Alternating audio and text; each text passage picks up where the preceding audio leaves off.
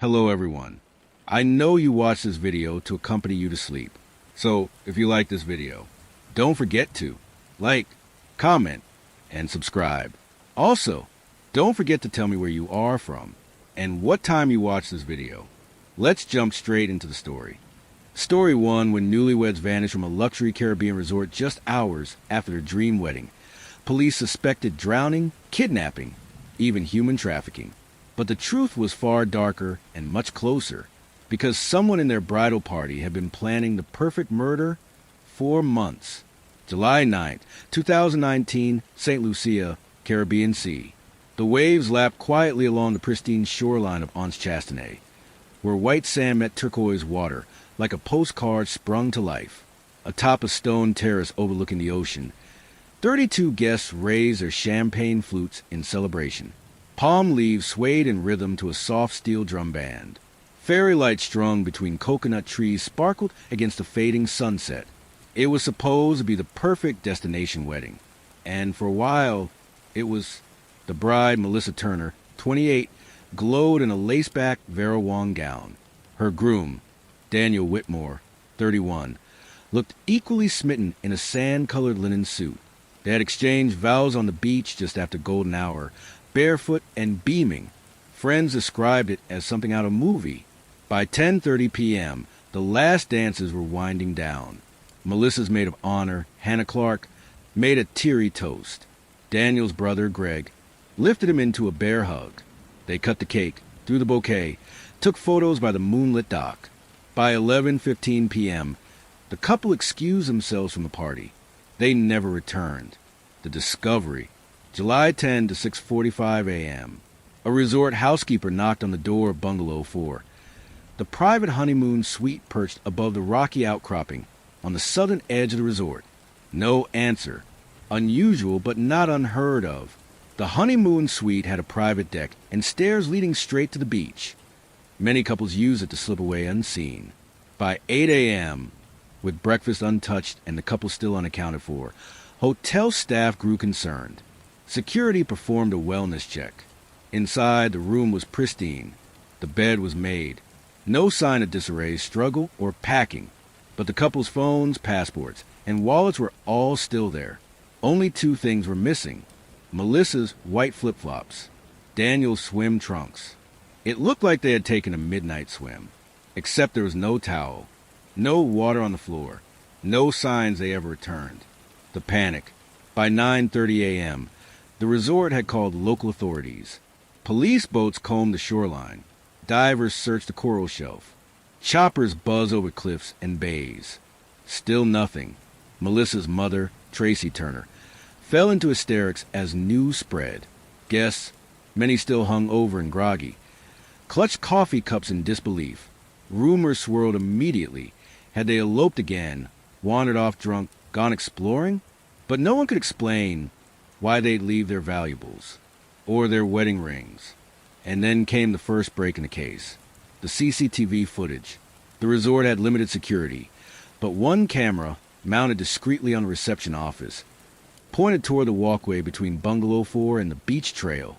At 11:21 p.m., the grainy footage showed Daniel walking alone, shirtless, barefoot, toward the path. He never came back. At 11:24 p.m., Melissa followed. She, too, was barefoot. Her white nightgown fluttered briefly as she disappeared into the palm-covered trail. Neither were seen again. The press descends. News of the couple's disappearance went international within 24 hours. Newlyweds vanished during honeymoon in paradise. Mystery in St. Lucia. Did something lurk beyond the wedding? American bride and groom missing after wedding bliss. Media vultures circled. Twitter trended with theories. Drowning, drug trafficking, mistaken identity. One outlet even speculated on cult activity. Back home in Minnesota, Melissa's and Daniel's families made tearful pleas on national television. But quietly, behind the scenes, detectives were beginning to question the narrative. Something wasn't adding up. The guest list. Local investigators turned their attention inward. Who had access?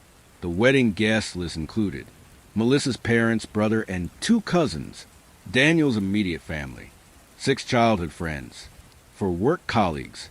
5 college friends from Florida State, a photographer and videographer team, Melissa's maid of honor, Hannah Clark. They interviewed each one, and it didn't take long before inconsistencies emerged. The first red flag. The first came from a resort bartender named Alphonse. He remembered Daniel. He was agitated. Came to the bar alone around 10:45. Said something about needing to clear his head. He asked if the hiking trail up the bluff was closed. It was. But Daniel had gone up anyway. According to Alphonse, he never came down. This contradicted the CCTV footage that showed him heading toward the beach, unless he'd returned unseen and changed course. What had he seen up there? Or whom? The second red flag. The second discrepancy came from photographer Jessica Vale. When questioned, she recalled a strange moment between Melissa and Hannah around 9:50 p.m. They were whispering near the edge of the tent. Melissa looked upset. Hannah looked like she was trying to calm her down. I thought maybe it was wedding stress. But now, investigators reviewed Jessica's photos. At 9:51 p.m., there was one candid shot that would later become key. Melissa, mid-turn, mouth open in what looked like protest. Hannah's hand on her wrist. Not aggressive, but not affectionate either. A history of secrets.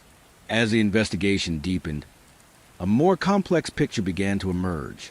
Melissa and Hannah had been friends since middle school, thick as thieves. But in the weeks leading up to the wedding, Melissa had become distant, according to a bridesmaid who asked to remain anonymous. They were barely talking by the time we landed in St. Lucia. Something happened, but Melissa wouldn't say what. And then came a revelation from Daniel's best friend, Greg. About a week before the wedding, Daniel pulled me aside, said he found something. A message, or a photo.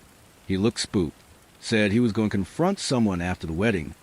But Greg never learned what Daniel had found, only that he believed someone close to them had betrayed them. The trail behind a resort. 3 days after the couple vanished, a team of searchers, locals and FBI agents flown in under pressure, discovered something chilling. About 300 meters up the bluff trail behind the resort, hidden in a thicket of overgrowth, a single white sandal, a bloodstained hair tie, and an earring confirmed to be Melissa's. Nearby, drag marks in the dirt, a rock with a dark smear on its surface, and tire tracks fresh. No cars were allowed on the bluff trail. But a local maintenance worker later admitted to lending a golf cart to one of the wedding girls the night of the wedding, claiming she said it was for photos. She never returned it. Who had motive? Now the focus shifted from the unknown to the too well-known. Melissa, Daniel, Hannah, a trio that had once seemed inseparable, but cracks had formed long before the wedding. One email, recovered from Melissa's personal Gmail account, accessed with parental consent, changed everything. It was dated June 17th, 2019, 3 weeks before the wedding. Subject, I know. Body, you lied to me for months. I found the photos. I know it was both of you. I'm not canceling the wedding. But after the vows, we're done. M. Attached. A .jpg file with the name doc_kiss_01 It was deleted, but metadata confirmed it had once existed. Melissa knew someone had betrayed her, and she planned to expose them, just not before the wedding. The real honeymoon never began. The FBI began quietly pulling international flight records. No sightings of Melissa or Daniel boarding planes, ferries, or charters post-wedding. Interpol issued a global alert. St. Lucian authorities were pressured to expand the search. And back in Minnesota, Daniel's credit card, assumed frozen, pinged at a gas station outside Tampa, Florida. 3 days after the wedding, security footage showed a woman, sunglasses and hoodie, using it to pay for $38.70 of gas and snacks. She looked up once at the camera, and even grainy and obscured. There was no mistaking the shape of her mouth as she chewed her bottom lip. It was Hannah Clark. July 13th, 2019, Tampa, Florida. The morning sun blazed across the pavement of a mobile station just off I-75. The clerk behind the counter didn't recognize the woman in the hoodie and sunglasses at first. She looked like 100 other road-weary travelers, disheveled, quiet, efficient. She paid in cash for a soda and bag of pretzels, then used a credit card for gas. That car belonged to Daniel Whitmore, the missing groom presumed dead. At 11:08 a.m., she drove off in a black 2017 Honda CR-V. Plates registered to a rental agency in Miami. 12 hours later, the FBI matched the surveillance image with facial recognition. It was Hannah Clark, Melissa Turner's best friend, maid of honor, and now the prime suspect in what was beginning to look less like a tragic accident and more like a double homicide. The chase begins. When authorities issued a bolo, be on the lookout, on Hannah Clark, she'd already been on the road for days. Flight logs showed she never flew back to the U.S. through conventional means. That narrowed the possibility to boat transport, likely illegal or undocumented. The Caribbean is dotted with freelance captains willing to ferry passengers for the right price. A review of St. Lucia's dock logs found something interesting. On July 10th, a vessel named the Coral Runner, captained by Tomas Alvarez, made an unscheduled departure to Martinique. No customs logs, no official manifest. 2 days later, Hannah Clark appeared in Florida. Interpol flagged it as a likely illicit extraction. Hannah didn't just run. She planned her escape. The secret life of Hannah Clark. The FBI dug deeper into Hannah's digital footprint. On the surface, she was a straight-A college graduate turned elementary school teacher. She'd been Melissa's best friend since 7th grade. Sweet, loyal, dependable. But beneath the curated Instagram posts and Pinterest wedding boards, there was another version of Hannah, one who frequented forums about emotional rebirth and clean slates, one who had recently begun studying true crime cases involving disappearances, one who had Googled, in the weeks before the wedding, can you be prosecuted without a body? How to erase GPS from iPhone? How long does it take for ocean currents to move a body? And perhaps most disturbing, how to make it look like an accident. The affair. The FBI recovered fragments of deleted text threads between Hannah and Daniel Whitmore. Using advanced software, they pieced together a chilling timeline. March 12, 2019. First suggested message from Daniel to Hannah. April 5, 2019. Photo of Hannah in lingerie scent at 2:14 a.m. May 2nd, 2019. Daniel writes, I can't marry her if this keeps going. June 15th, 2019, Hannah responds, you'll marry her. You have to. And then we fix it. Whatever fix it meant, Daniel never explained. But what the text revealed was clear. Daniel and Hannah had been having an affair. And Melissa had found out. The tipping point. Investigators theorized that Melissa intended to confront them after the ceremony. That night, a controlled detonation with witnesses, possibly even on camera. And perhaps Hannah believed Daniel would deny it. Or worse, betray her. Instead, Hannah may have chosen a different ending. The dock evidence. Back in St. Lucia, cadaver dogs signaled near the far end of the beach, just beyond the CCTV blind spot. Divers discovered something wedged beneath the dock support beam. A GoPro, still recording when found. A length of synthetic rope, tangled in seaweed. A silver bracelet, later identified as Daniel's wedding gift to Melissa. The GoPro footage, though water damaged, revealed flickers of movement, a scuffle, a scream, and what appeared to be a person's legs dragging something heavy down the beach, out of camera range. It wasn't conclusive, but it was enough. Arrest warrant issued. On July 15th, the U.S. Department of Justice issued a federal warrant for Hannah Clark. 2 counts of felony murder, 1 count of conspiracy to commit homicide, interstate flight to avoid prosecution. But Hannah had already gone underground, the apartment in Jacksonville. A break came on July 17th, when a landlord in Jacksonville, Florida, called local police. A tenant had vacated a short-term rental without notice, leaving behind several burner phones, a half-burned photo album labeled M&D 2016, a journal filled with unhinged entries, including, she always took what I wanted, always got the light. He said I was a better one. Why didn't he mean it? They were going to laugh. I couldn't let them laugh. The FBI was closing in. A trap laid. Hannah had no known relatives in Florida, but records showed one recurring phone number. A former professor from Florida State, Dr. Mark, whom Hannah had assisted during a summer teaching program. The FBI set a bait call, posing as Dr. Mark, using voice cloning software. A meeting was suggested. A quiet park on the edge of Tallahassee. No questions, just a place to talk. Hannah took the bait. The arrest. July 19th, 2019, Tom Brown Park, Tallahassee. At 3:42 p.m., a woman matching Hannah's description approached a bench near a wooded trail. She wore sunglasses, a dark hoodie, and joggers. She never saw the agents coming. Two plainclothes officers moved in from behind, pinning her arms. A third identified himself and read her Miranda rights. She didn't resist. She didn't speak.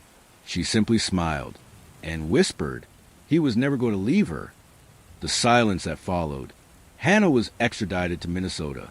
The trial was months away, but in the interrogation room, when asked repeatedly where the bodies were, she offered only one reply: they're not together.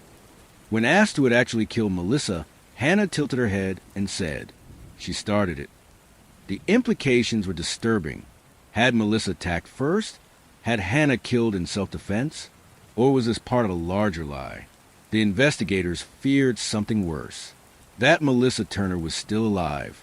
August 2nd, 2019, Augusta, Georgia.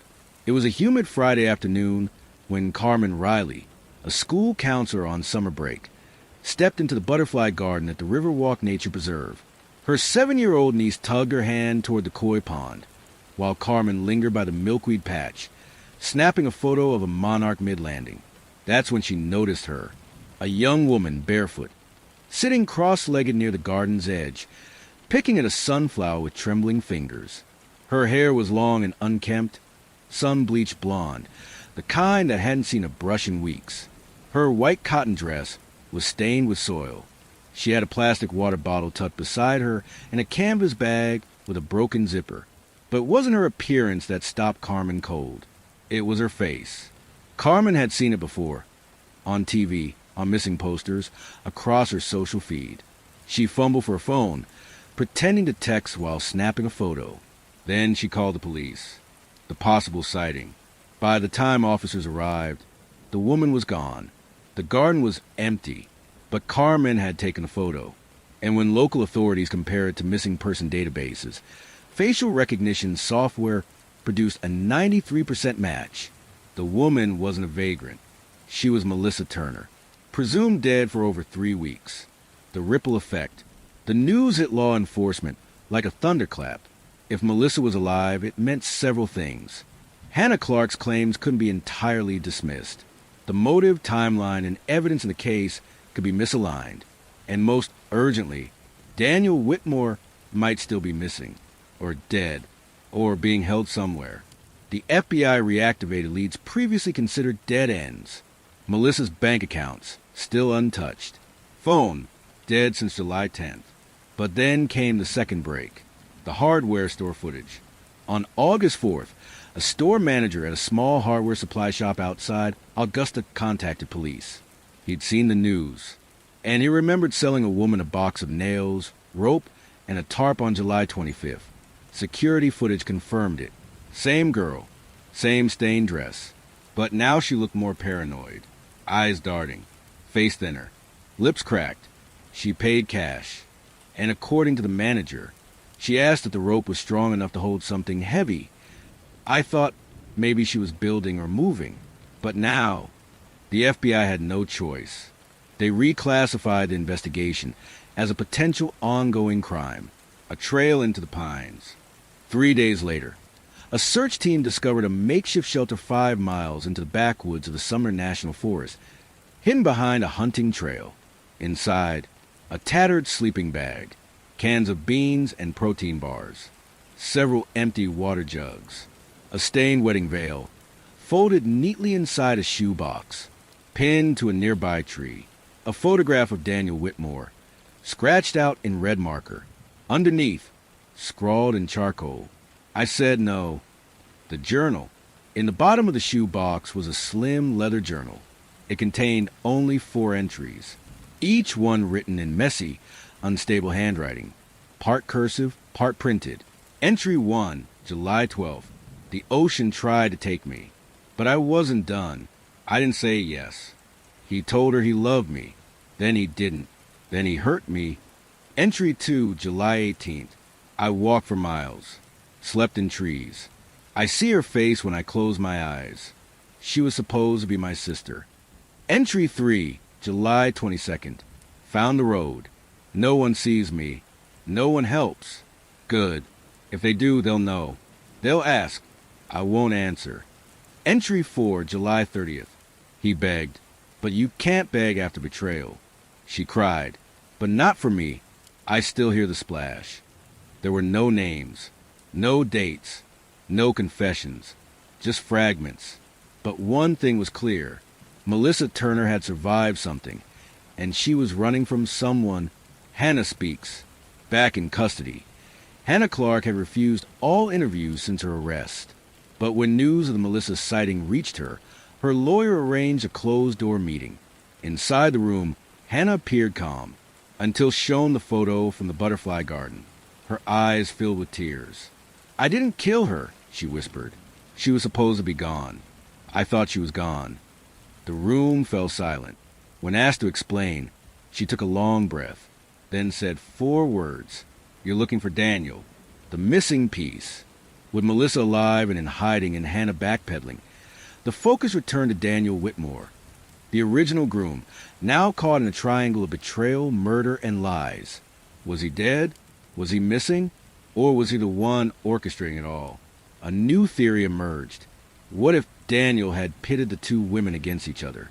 What if, when Melissa learned the affair, he'd told Hannah Melissa was violent, and told Melissa that Hannah was obsessed? What if his plan wasn't to marry Melissa or run with Hannah, but to escape both? A new lead.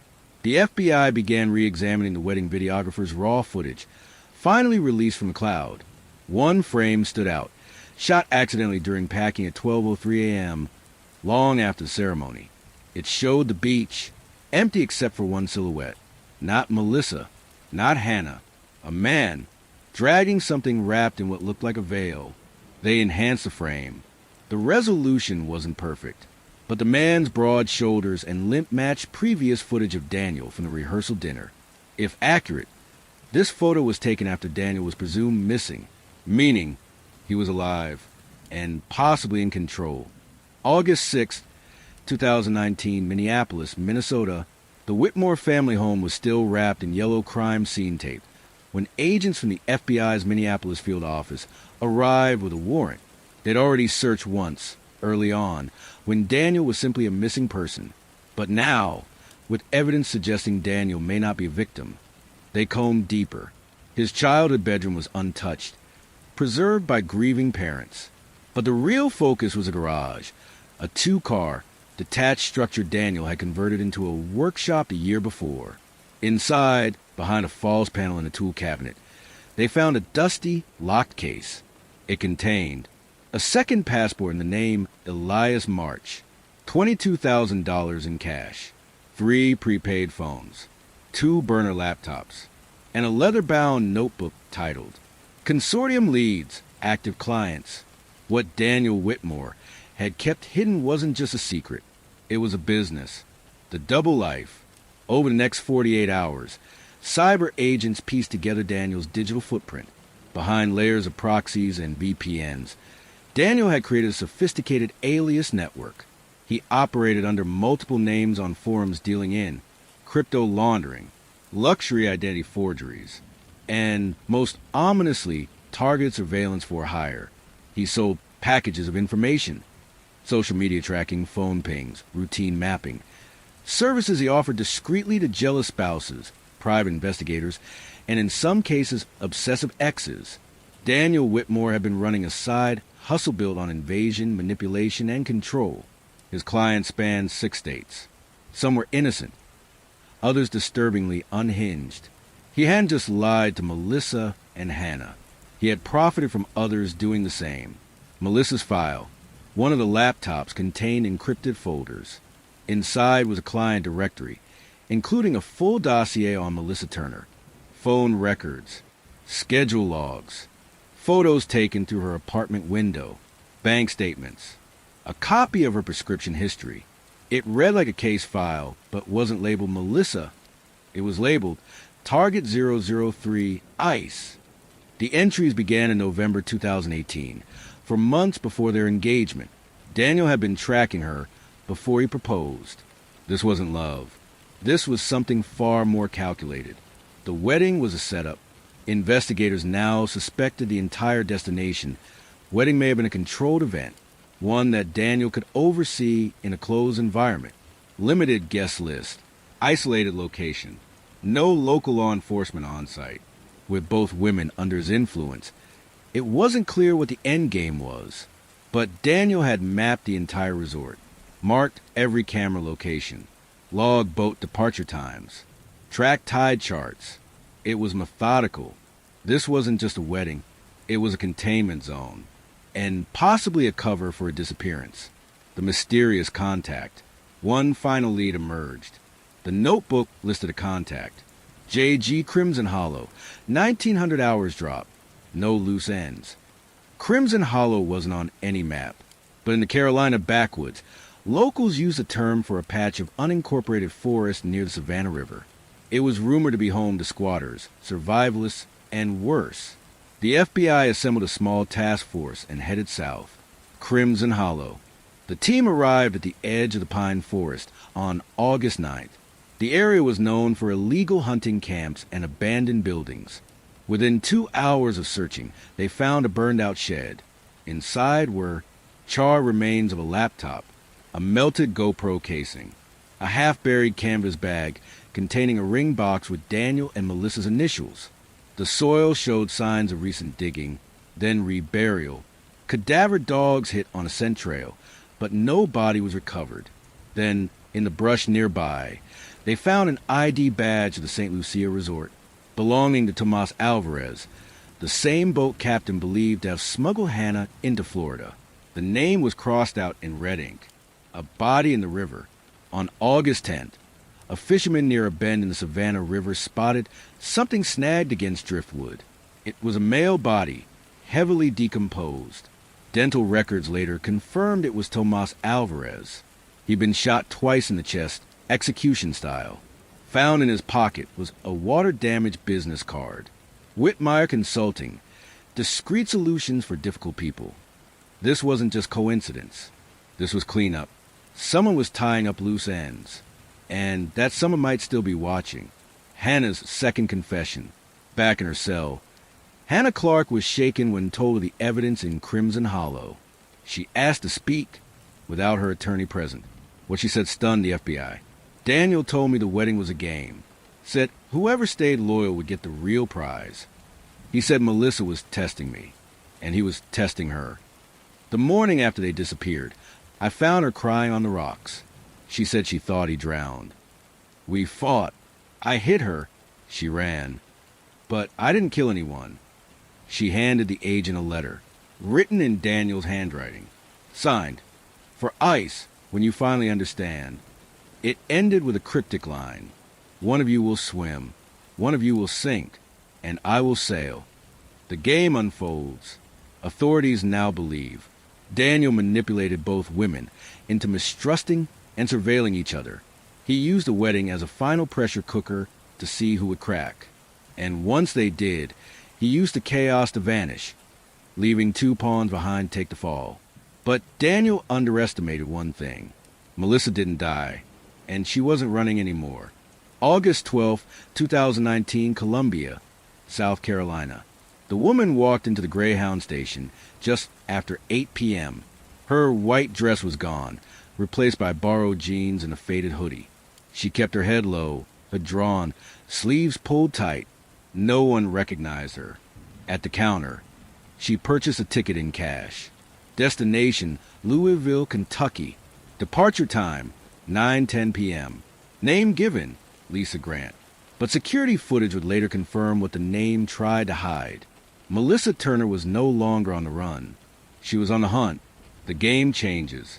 2 days later, The FBI received an anonymous email. Subject: "You're looking in the wrong direction."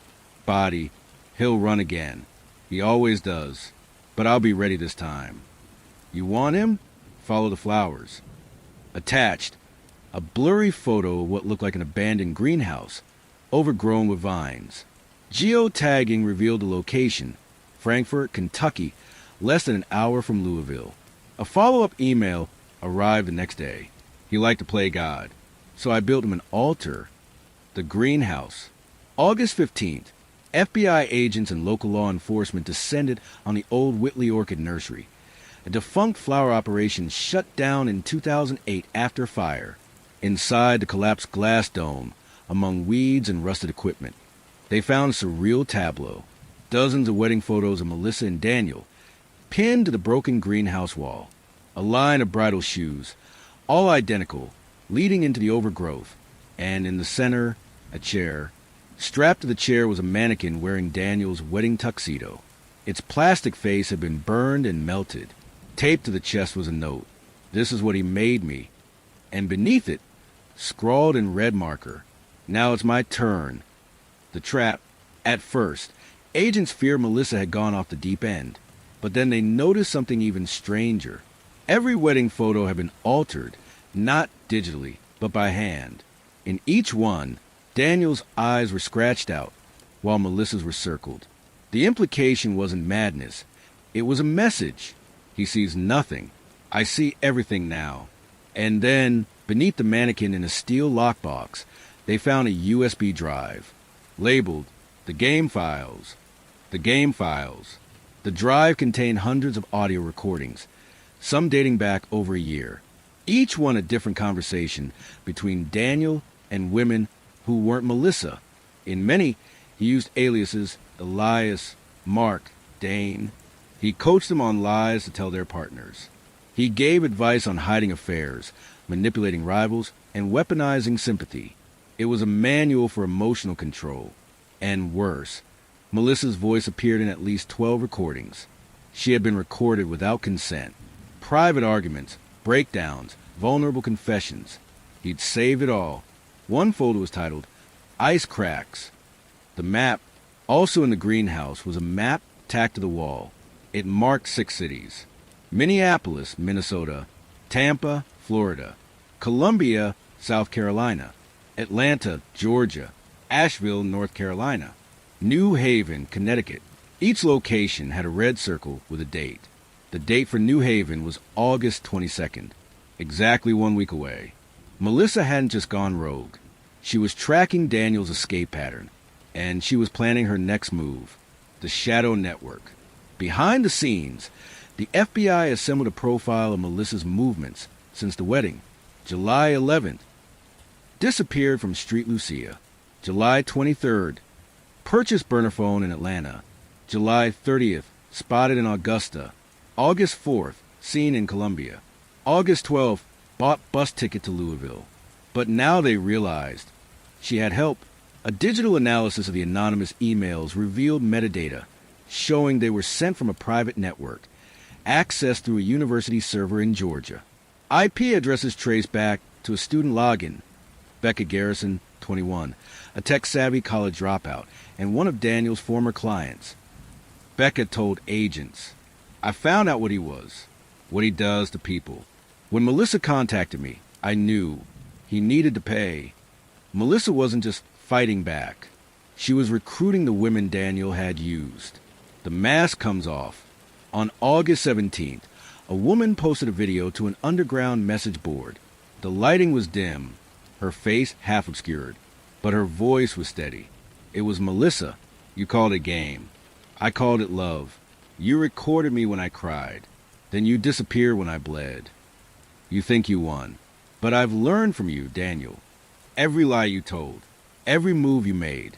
You taught me how to disappear. And now I'm going to show you what it's like to be hunted. You'll see me again." The post was removed within hours. But the message was clear. New Haven. The FBI, now fully engaged, dispatched agents to New Haven, Connecticut, Daniel's last known stop as Elias March, where he once ran a seminar under a fake self-help brand. They traced a rental property leased under a Shell LLC, recently renewed for another month. On August 22nd, agents set up a surveillance perimeter, but Melissa was already there. She had broken in 2 days earlier, and what she found inside changed everything. The truth room, the basement, had been converted into what could only be described as a psychological war room. Dozens of screens displaying social media accounts, mostly women. Printouts of texts and DMs sorted into folders by risk.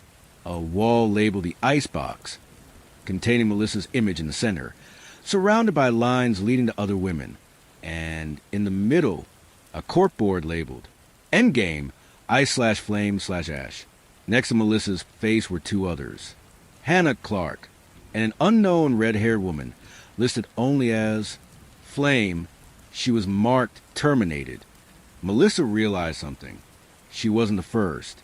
She might not even be the second. Daniel had played this game before, and someone had already died. The knock on the door. At 9:12 p.m. on August 22nd, someone knocked on the door of the New Haven property. Melissa waited, holding her breath. She had one hand on her phone, one on the knife she'd taken from the kitchen. She opened the door slowly. It wasn't Daniel. It was a young woman, disheveled, eyes puffy, and she said, "Are you Melissa?" Melissa nodded. The woman whispered, "I think he's going to kill me." August 22nd, 2019, New Haven, Connecticut. She called herself Claire, but Melissa could tell that wasn't her real name. She was shaking, her voice barely above a whisper. Her red hair was matted with sweat, and she had a bruise forming under one eye. She carried nothing but a torn handbag and a burner phone. When Melissa asked how she found the house, Claire said, "He told me to meet him here. He said it was time I stopped running." Melissa had heard those words before, almost the same ones Daniel had said to her on their engagement night. Words that sounded romantic until they weren't. Claire wasn't just another of Daniel's cast-offs. She was his next target, the Flame. Claire revealed the truth over the next few hours, through sobs and stutters. Her real name was Allison Hartman, 25, from Albany. She had met Elias March at a wellness retreat the year before, hosted under Daniel's fake brand Elevate Circle. He had coached her on emotional detachment, helped her sever ties with toxic people, her parents and fiancé, and then, slowly, he began to break her down. He told me I had a flame inside me, that I burned too hot, that I had to trust only him. By December, she had moved into a furnished rental he controlled. By January, she had no job, no bank account, no ID. He told me I had to erase myself before I could rebuild. Melissa felt her throat close. This wasn't seduction. This wasn't just control. This was systematic erasure. The archive. Back in the truth room, Melissa and Allison began to search for answers. They cataloged what was on the wall. Photos, names, dates. Dozens of women, some marked with codes. "I see." Code, calculating, suspicious. Flame, passionate, volatile, harder to control. ASH, burned out, disposable. Next to each name, a final annotation. Exited, in play, or chillingly, and no further action. There were 27 names in total. Melissa's was number 26. Allison's, number 28. The file named Ash. They found a folder on Daniel's backup drive labeled ASH_07. Inside were hundreds of images and documents related to a woman named Danica Bell, age 30, last known address, Sarasota, Florida. Declared missing, February 2017. Photos showed Danica with Daniel in several locations, smiling, kissing, unaware of the camera. One image showed her sleeping. Another showed her bruised. Her file ended with a short note. Deviated. Cut contact. Termination required. She was listed as closed. Melissa contacted the FBI tip line that night with the evidence. It would take them less than a week to link Danica's disappearance to a Jane Doe body recovered in the Everglades 2 years earlier, never identified. Dental records confirmed it. Danica Bell had been murdered, and Daniel Whitmore was now a suspect in at least one confirmed homicide. The turning point. Melissa realized something that night. She could no longer run, hide, or hunt from shadows. There were others like Allison, some already broken, some buried, some still in Daniel's grip. She needed help, not from the police, who would never let her move freely again, but from a network of women Daniel had manipulated. She reached out to Becca Garrison again, told her to reactivate the old Reddit threads Daniel had once used to find clients. This time, they'd post anonymously under a new banner. Project Exit. For anyone who loved Elias March and lived to regret it, within 24 hours, they had 9 messages. All women, all afraid, all with stories of man who took everything from them. The plan. Melissa called the project what it really was, the Survivor Files. Together, the women built a database. Names, alias contacts, locations, psychological tactics, dates of contact, and discard. Melissa didn't want revenge anymore. She wanted justice. But she also knew that Daniel would only come out of hiding for one reason, to regain control. So she offered it, the bait. Melissa posted a final message to the private forum. She knew Daniel still monitored. You were right. I was always icy. But you forgot. Ice floats. Come see for yourself. No traps. No police. Just the end. Attached was an address. A lakeside cabin in the Catskills. And the date, August 28th. Just 6 days away. The question of guilt. In the meantime, the FBI reevaluated the original case. Hannah Clark remained in custody, but the narrative had changed. She wasn't just a scorned mistress. She had been recorded, manipulated, possibly even groomed since college. Melissa submitted the GoPro footage from the wedding night. It showed enough to cast doubt, enough to show that Daniel had staged everything, and that Melissa's disappearance may have saved her life. But none of that would matter if Daniel got to her first. The final hunt begins. On the morning of August 23rd, a rental car was flagged on the George Washington Bridge. License plate matched one stolen from a dealership in Maryland. The driver was male, wearing sunglasses and a cap. Facial recognition pinged at 64%, just low enough to avoid a flag. But the partial print on the gas station nozzle, a match for Daniel Whitmore. He was en route to upstate New York. And the final game was about to begin. August 28th, 2019, Catskill Mountains, New York.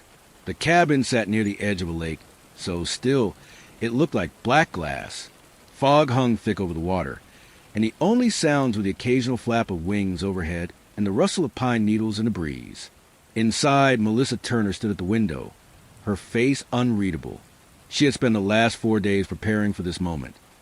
Securing the cabin, placing the cameras, reviewing escape routes. But no matter how many times she replayed it in her mind, she knew the outcome was still unknown. Would he come?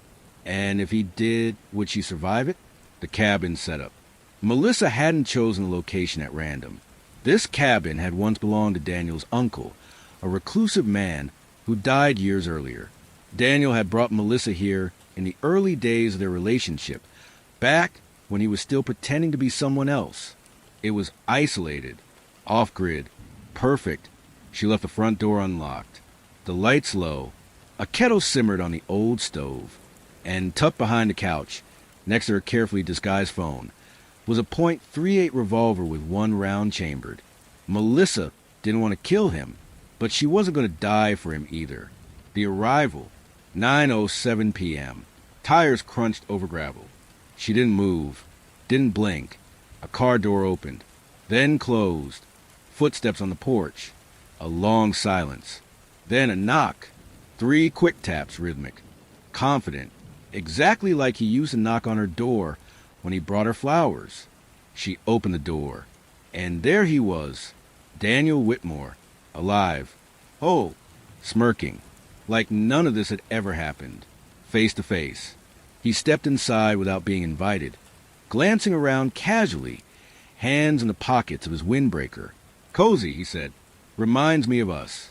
Back when you were still trying to impress me with your book collection and coffee rituals.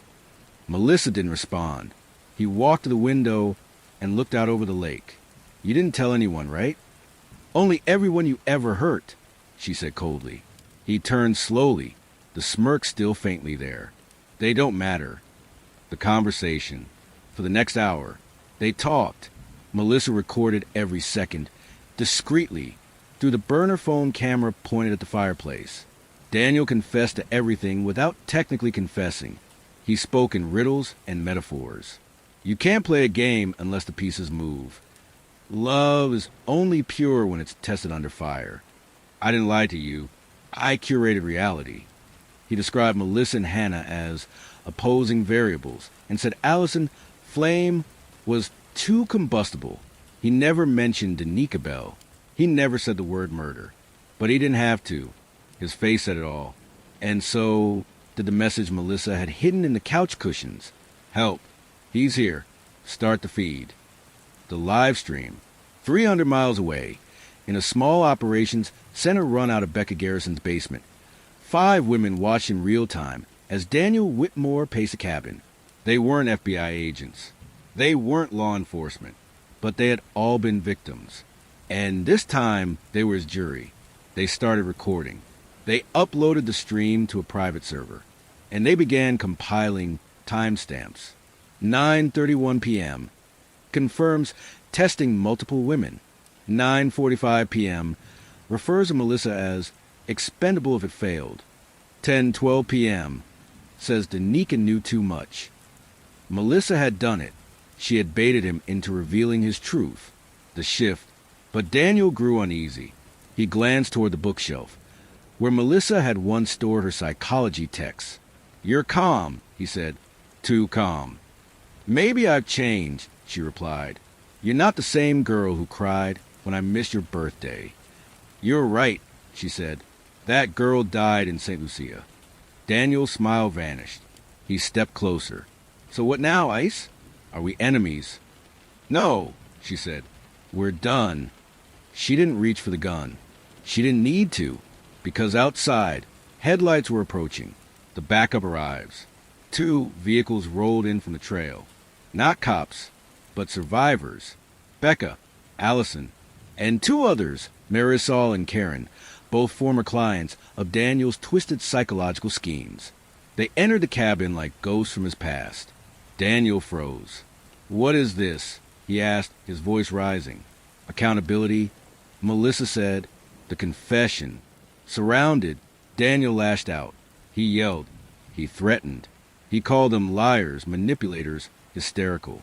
But the camera caught it all. At 10:42 p.m., he screamed, You all came to me. You wanted to be saved. You gave me your lives. I gave you clarity. You think anyone else would have helped you. I only killed the ones who begged me to let go. And there it was, the confession, not metaphor, not implication, a direct admission, the takedown. Melissa nodded once, and Becca hit send. The live feed uploaded directly to a secure Dropbox shared with 2 FBI agents Melissa had secretly met the week before. Within minutes, a federal team, already positioned 3 miles down the trail, was dispatched. At 10:51 p.m., they entered the cabin. Daniel tried to run. He didn't make it past the porch. The arrest. Daniel Whitmore was arrested on the following charges. First-degree murder, Danica Bell. Attempted murder, Melissa Turner. Aggravated coercion and identity fraud. Racketeering through coercive psychological manipulation. Obstruction of justice. Witness tampering. And pending review, multiple charges of criminal conspiracy and sexual predation. As he was dragged past Melissa, he muttered, You were my masterpiece. Melissa looked him dead in the eyes. No, I'm your reckoning. February 10th, 2020, Manhattan Federal Courthouse. The courthouse buzzed with reporters, protesters, and spectators from across the country. By sunrise, camera crews were shoulder to shoulder along Foley Square. The headline across every screen read the same. The groom of death faces justice. Inside, the air was tense. Families of victims sat shoulder to shoulder with media and strangers who had followed the case online. Courtroom seats had been allocated like tickets to a concert. In the defendant's chair sat Daniel Whitmore, his tailored suit a far cry from the man last seen being dragged from a cabin in handcuffs. But his smugness? Still intact. Across from him sat Melissa Turner, the bride who survived. And today, she wasn't just a survivor. She was a star witness. The charges. Federal prosecutors had consolidated a sweeping case into 3 main categories. First-degree murder, for confirmed homicide of Danica Bell, tied to forensic evidence and a digital confession. Attempted murder and kidnapping, for the events surrounding Melissa Turner, her disappearance, and psychological manipulation. Pattern of fraud, coercion, and abuse, involving 12 other women, spanning 5 states, dating back nearly a decade. The government called it a pattern of predatory psychology. The media called it the mind game murders. Daniel still called it a misunderstood lifestyle. The opening statement. Assistant U.S. Attorney Mara Colfax stood before the jury and delivered a haunting opening. Daniel Whitmore did not kill with a knife or a gun. He killed with trust. He offered salvation to vulnerable women, only to exploit, isolate, and eliminate them when they stopped serving his needs. Today, we won't just prove what he did. We will show you exactly who he is. The defense, led by slick-talking attorney Reed McAllister, argued the opposite. My client is a man who sought to help emotionally damaged individuals reclaim their lives. Any romantic involvement was mutual. Any disappearances are coincidental. And any harm suffered, tragic though it is, was not criminal. He ended with, Daniel Whitmore didn't play God. He played therapist. Badly, maybe, but not illegally. The witnesses. The prosecution rolled out witness after witness. Becca Garrison detailed how Daniel used online aliases to recruit emotionally vulnerable women. Allison Hartman Clare described being gaslit, isolated, and nearly driven to suicide. A forensic psychologist testified that Daniel's tactics matched coercive cult behavior more than casual manipulation. The FBI cyber team outlined how Daniel's files were stored, named, and organized to rank victims by utility. Then came the video recordings. One by one, the jury was shown. Daniel referring to Melissa as Target 003 ICE, describing Allison as an unstable spark to study, bragging about controlling women's bank access, apartment leases, even therapy schedules. Each clip tightened the noose. But it was Melissa who made it unforgettable. Melissa's testimony. She took the stand on February 17th, 6 months to the day since she had returned from hiding.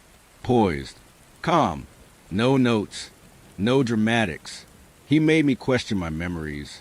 He told me I'd imagined arguments that left bruises, that my reactions were signs of instability.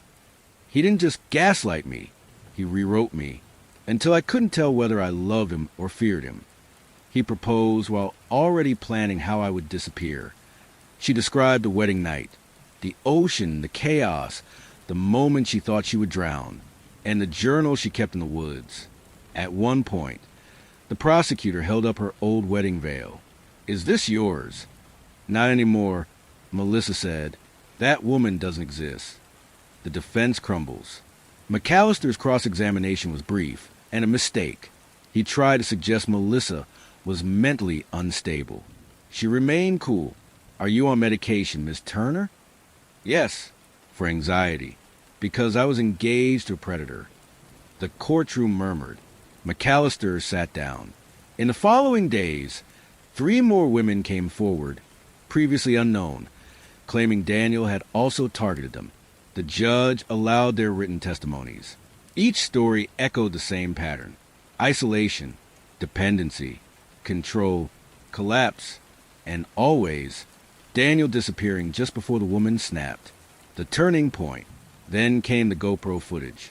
The wedding night video, accidentally left recording, captured Daniel's voice whispering to Hannah Clark, if she goes in the water, just let her float. Don't pull her back unless she begs. The footage also caught a moment between Daniel and another male resort staffer. Daniel, make sure the cameras face the sand, not the sea. Staffer, you got it. What's the plan again? Daniel, she swims, or she sinks. The jury was visibly shaken. The prosecution rested. The verdict, on March 6th, 2020, after 6 hours of deliberation, the jury returned with a unanimous verdict. Guilty on all counts. Daniel's smirk finally cracked. Judge Marjorie Ellis addressed him. Mr. Whitmore, you used trust as a weapon. You've left a trail of ruin and trauma that stretches across states and lives. This court sentences you to life in federal prison without the possibility of parole. The aftermath. The headlines were massive. Monster groom sentenced to life. Turner testifies. How I survived a killer's honeymoon plan. From bride to avenger, Melissa Turner's stand. Melissa declined most interviews. Instead, she founded a nonprofit called the ICE Project, a support network for survivors of coercive abuse and emotional manipulation. She disappeared from the public eye, but her mission remained clear: to expose the ones who hide behind charm and control, and to make sure Daniel Whitmore was never forgotten for the monster he truly was. March 10th, 2020, Metropolitan Detention Center, Brooklyn. Hannah Clark sat motionless at the metal table, staring at the plastic-wrapped sandwich in front of her. It had been 242 days since she was arrested for suspected involvement in the disappearance of Melissa Turner. For nearly 8 months, she'd been branded as a jealous mistress, the second woman, the pawn in the groom's twisted triangle. Now the world knew who the true manipulator was. Daniel Whitmore was behind bars. And for the first time since that stormy night in St. Lucia, Hannah was ready to tell her truth. The interview request. Following Daniel's conviction, NBC's Dateline and 60 Minutes had both requested exclusive access to Melissa. She turned them down, but Hannah didn't. Her lawyer negotiated one sit-down interview with conditions: no media circus, no tabloid twists, and full editorial control by Hannah. The interview was scheduled for March 15th, 2020, to be aired nationally under the title, The Other Woman, Surviving the Groom. The truth comes out. In the interview, Hannah's voice trembled, but she never cried. He found me when I was 20. I was in college, dating someone abusive.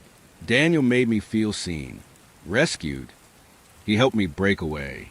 But then he filled that space with himself. She explained how he infiltrated every part of her life, took control of her therapy schedule, encouraged her to cut off friends, managed her emails under the guise of protecting her. Then he told her she had a rival, a woman who threatened her place in his world. Melissa, the manipulation. He said Melissa was unstable, dangerous. He told me she tried to kill herself once and blamed him. I believed him. He made it sound like he was protecting me from her. Then he suggested something bold, that they all go away together.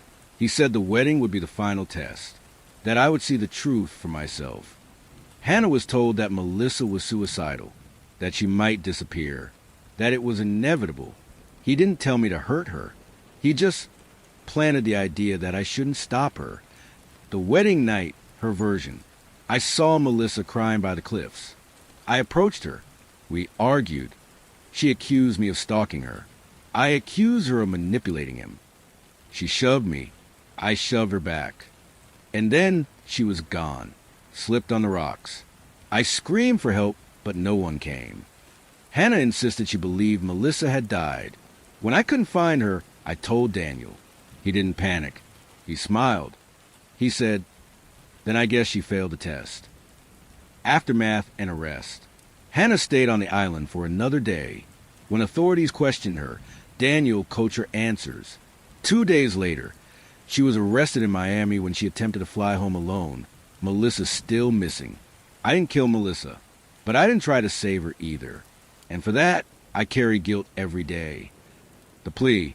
Following Daniel's conviction and Melissa's cooperation, federal prosecutors offered Hannah a plea deal. Plead guilty to reckless endangerment and obstruction of justice in exchange for time served and continued cooperation in related cases. On March 20th, Hannah Clark entered her plea and was officially released. A letter from Melissa. 2 days later, a manila envelope arrived at Hannah's apartment. Inside was a single page, handwritten. Melissa's words were calm, measured. You were a victim too, just a different kind. You made mistakes. I did too, but I had time to heal. You had time to sit in a cell. Use your time now to help others. We've both been burned by him. Don't let his flame light your path again. M. Rebuilding. Hannah moved to Portland, Oregon. She enrolled in a certification program to become a trauma recovery coach. She started writing anonymously for a mental health publication under the pen name H.C. Rivers, and she founded an online support group for women who'd escaped manipulative relationships. Its name? The Ashes, Public Redemption. In an online video posted on April 10th, Hannah spoke directly to camera. This is not a story about a love triangle or a crime of passion. This is about a man who turned people into puzzles and destroyed anyone who stopped fitting. If you're watching this and someone has made you doubt your voice, doubt your worth, leave. Now, it doesn't matter how charming they are. It doesn't matter what they promise next. You don't have to wait for a near-death experience to realize you're alive. I waited. Melissa didn't. And because she didn't, I'm still here.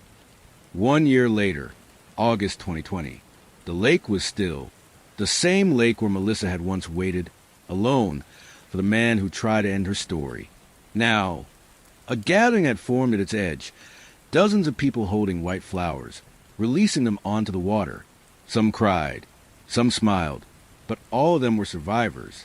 This was no longer the site of a final confrontation. It was a memorial and a beginning, the ICE Project. In the years since Daniel Whitmore's arrest, Melissa Turner had transformed from reclusive survivor to reluctant advocate, and finally to a quiet force for justice. Her nonprofit, the ICE Project, grew from a single web page to a national organization. Its mission, to help survivors of psychological manipulation reclaim their stories and freeze out those who try to rewrite them. With grants from trauma foundations and partnerships with legal networks, the ICE Project helped victims of coercive control file restraining orders. Survivors access trauma-informed therapy. Police departments recognize manipulation-based abuse. Melissa avoided the spotlight, but continued to write. Her first public piece, published anonymously in The Atlantic, was titled, How He Tried to Erase Me and How I Wrote Myself Back. Daniel behind bars. Daniel Whitmore now lived inside a maximum security facility in upstate New York. He was placed in protective custody, not to protect him from the outside world, but from the dozens of inmates who had watched his televised trial. He was denied access to computers, banned from all correspondence that wasn't legal or familial, and prohibited from contact with victims or the press. He appealed his conviction once. It was denied within 6 weeks. No one called him a misunderstood genius anymore. He was just another inmate with a life sentence. The ripple effect. The case sparked more than one change. Legislative reform. In 3 states, New York, Georgia, and Florida, new laws were introduced to broaden the definition of coercive control in relationships. In 2 of those states, bills passed under the name the Turner-Clark Protection Act. Pop culture impact. Netflix announced a limited series based on the story titled Ice. Melissa declined involvement, but approved the survivors' participation. Online support. Hannah Clark's group, The Ashes, became one of the largest online forums for survivors of manipulation-based abuse. By its first anniversary, it had over 70,000 members. Hannah was invited to speak at several universities on how manipulation is normalized in young relationships. Her keynote ended with this: if someone loves you but needs to control you, it's not love. It's construction, and you're the bricks. Melissa's last interview. Melissa gave one interview that year. Just one. It was for a podcast called Silent Exit, hosted by a journalist who had once doubted her. She answered only 5 questions. The last one was, do you think you'll ever get closure? She paused. I don't want closure. Closure means the door is shut.